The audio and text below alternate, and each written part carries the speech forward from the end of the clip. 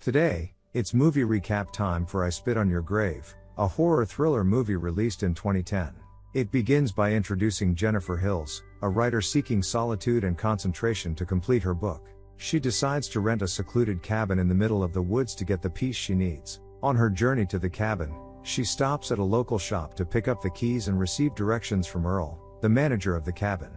Earl hands over the keys and offers guidance on how to find the cabin, saying it can be tricky to get there. As Jennifer continues her drive, she starts to feel disoriented by the unfamiliar surroundings. In need of fuel, she stops at a gas station, where she encounters three workers: Andy, Stanley, and Johnny. The men make advances towards her, attempting to flirt, but Jennifer brushes them off. After requesting accurate directions, she ends up sharing her destination with them, which is not exactly a wise decision. After trying to help the girl out, Johnny's attempt to flirt with her backfires as he spills a bucket of liquid, leading Andy and Stanley to laugh at him. Jennifer apologizes to him and drives away. As she continues her journey, Jennifer eventually arrives at the cabin that will be her retreat for the following months. Eager to begin her writing, she quickly settles in and starts working on her novel. The next day, Jennifer takes a break by the lake, enjoying the tranquility of the environment. However, her peace is disrupted by faint noises emanating from the nearby woods. Dismissing the sounds as probably being caused by some animals, she doesn't give them much thought. Continuing her writing on the cabin porch, Jennifer's focus is interrupted once again, this time by sounds coming from the nearby shed. Intrigued, she decides to investigate the place, discovering various tools and containers labeled with the word poison. Jennifer simply closes the door and returns to the cabin. Later, on the porch, Jennifer accidentally spills wine on her shirt, prompting her to wash it by the sink. Unbeknownst to her, someone is secretly recording her while she's partially undressed. The following morning, she decides to go for a run and stumbles upon an abandoned house. Despite its eerie appearance, Jennifer goes inside it. She finds nothing but a few random items, so Jennifer moves on with her morning run. After exercising, Jennifer heads back to the cabin with the intention of taking a bath. However, she gets disappointed when she discovers that the sink water looks filthy and the toilet won't flush. Frustrated, she calls the manager for help, so the man may send a plumber. In another clumsy act, Jennifer drops her phone into the toilet, prompting her to use a hairdryer on it. When Matthew, the plumber, arrives to fix the bathroom, it becomes evident that he has some kind of intellectual disability. Jennifer, appreciative of his help, impulsively kisses him when he fixes the problem. The man gets embarrassed and leaves. In the meantime, Stanley, Johnny, and Andy hang out in the woods. They record themselves beating up some fish for fun. As they fish and talk, Matthew appears after leaving the house. It turns out that he is friends with the boys. During their chat, Matthew tells Johnny about Jennifer's unexpected kiss. Since Johnny remains skeptical, Stanley vouches for the authenticity, saying that Matthew doesn't even know how to lie. To impress his friends, Stanley decides to share a video he captured of Jennifer from the previous night. This revelation manages to get Johnny all fired up. He starts suggesting that girls like Jennifer only go to a place like that by themselves if they are looking for a good time. Back at the cabin, night falls, and Jennifer remains alert to some strange sounds around the place. As she becomes a little anxious about it, she hears a loud thud on the door and discovers a dead bird on her doorstep. The young woman ventures around the cabin, but she doesn't see anything or anyone. However, when she returns inside and looks at her laptop, she sees a picture featuring Johnny and his friends all over the screen.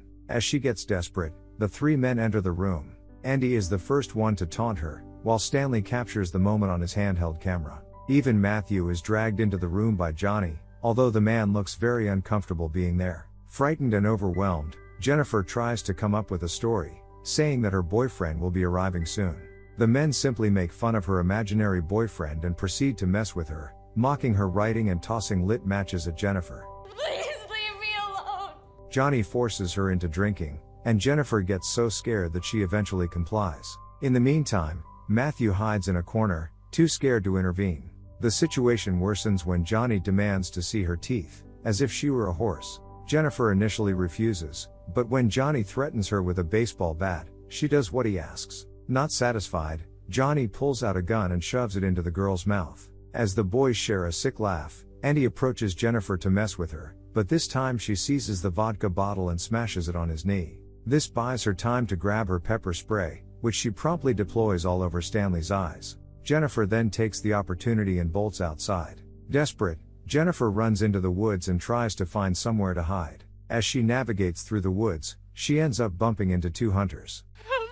Help me, please. To her luck, the men are the town's sheriff and Earl, her cabin's manager. As she cries, she recounts the recent assault and implores them for help. The sheriff requests that Earl return to town and offers to walk her back to the cabin to take care of the situation. Upon their arrival, the sheriff conducts a thorough search and notices that the cabin is completely empty. However, his behavior changes abruptly when he stumbles upon some herbs and the shattered vodka bottle. After Jennifer tells him that they work at the gas station, the sheriff begins casting doubt on her account since he's known them since their childhood. Jennifer is baffled that the cop doesn't believe her, and the man even asks her to stand against the wall. He initiates a body search, which turns out to be just an excuse to inappropriately touch her. All of a sudden, Johnny and his buddies reappear. Shockingly, the sheriff joins in assaulting her while the other men observe. In her attempt to resist, Johnny tightens his grip around her neck and forcibly removes her clothes, demanding that Matthew do the same.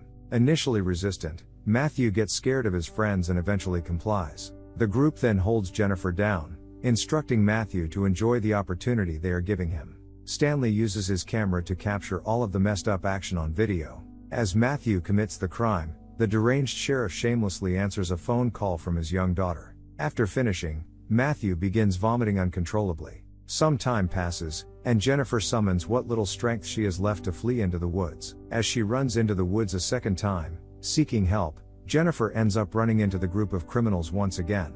This time, Andy grabs Jennifer and drags her to a puddle, repeatedly submerging her head. Once the sheriff sees her lying down, he decides it's time for him to commit the crime.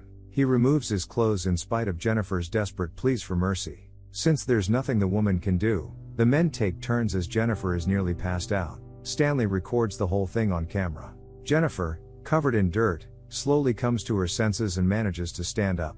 She walks away, heading towards a bridge over a river. Given her condition, the criminals casually chase her. As the sheriff gets ready to eliminate the evidence of their crime, Jennifer unexpectedly jumps into the water, vanishing from their sight. The men wait for her to surface, but Jennifer seems to be gone.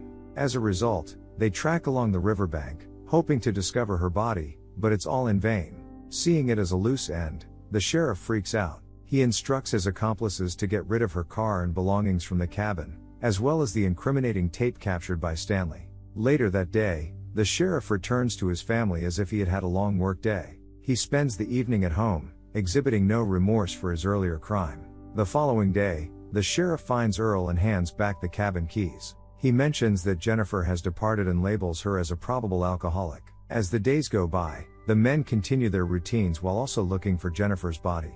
Matthew seems to be the only one feeling remorse. As he spends time alone in the woods, he even hallucinates, seeing a ghost of Jennifer. 1 month after their crime, the sheriff receives a call from Earl in the middle of the night. The man claims that a woman named Barbara is inquiring about her friend Jennifer's location, as she hasn't seen her in almost a month. In the meantime, Stanley rushes to his friends in a state of panic, revealing that his camera has been stolen. The boys mock him until he confesses that the camera contained the video of what was done to Jennifer. It turns out he never destroyed the tape. Johnny becomes furious and begins beating up Stanley, but Andy intervenes, saying that won't solve anything. Later that evening, Johnny is alone watching TV when he hears a thud on his door. When he goes to check on it, he finds a dead bird lying there. He becomes intrigued but returns inside. Seconds later, he hears another thud at his door. Growing irritated, the man grabs his gun and rushes outside. He thinks his friends are messing with him until he finds one of Jennifer's sandals on his doorstep. Johnny freaks out and starts opening fire like crazy. He then charges towards some rustling bushes, but there's nothing there. The following day, the sheriff returns home to a disturbing discovery. Someone has sent his wife a tape. As he inspects it, he notices that it's the tape containing the recording of their crimes. The man becomes enraged and immediately leaves the house to find out how that happened. The sheriff goes to Johnny's place, and his fury erupts as he confronts the trio. He is particularly mean to Stanley since he refused to destroy the evidence. Johnny then suggests that Matthew is the one behind all this, since they can't find him anywhere. Later on, the sheriff joins Earl on a hunting expedition. As they pause for a break, the sheriff hands Earl a nice bottle of whiskey, only to turn his weapon on his friend. This is some fine whiskey. Just before the sheriff pulls the trigger, he apologizes and states that there can't be any loose ends. In the meantime, a deeply tormented Matthew awakens in the deserted cabin. To his surprise, he sees Jennifer sitting on the couch. While he's relieved she's still alive, he goes over to her and sincerely apologizes, crying. Jennifer simply grabs a hidden rope and starts choking the man. Sorry. Elsewhere, Stanley and Andy venture into the woods in pursuit of Matthew.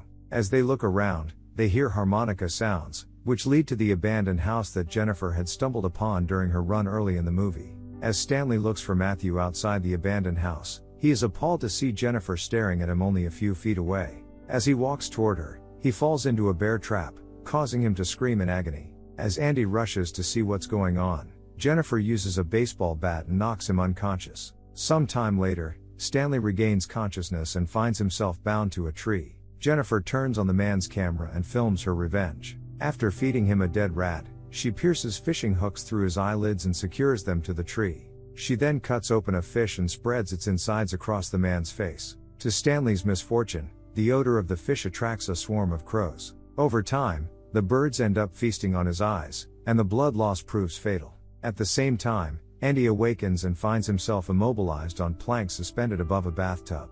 As the water in the tub rises, Jennifer checks to see how he's doing.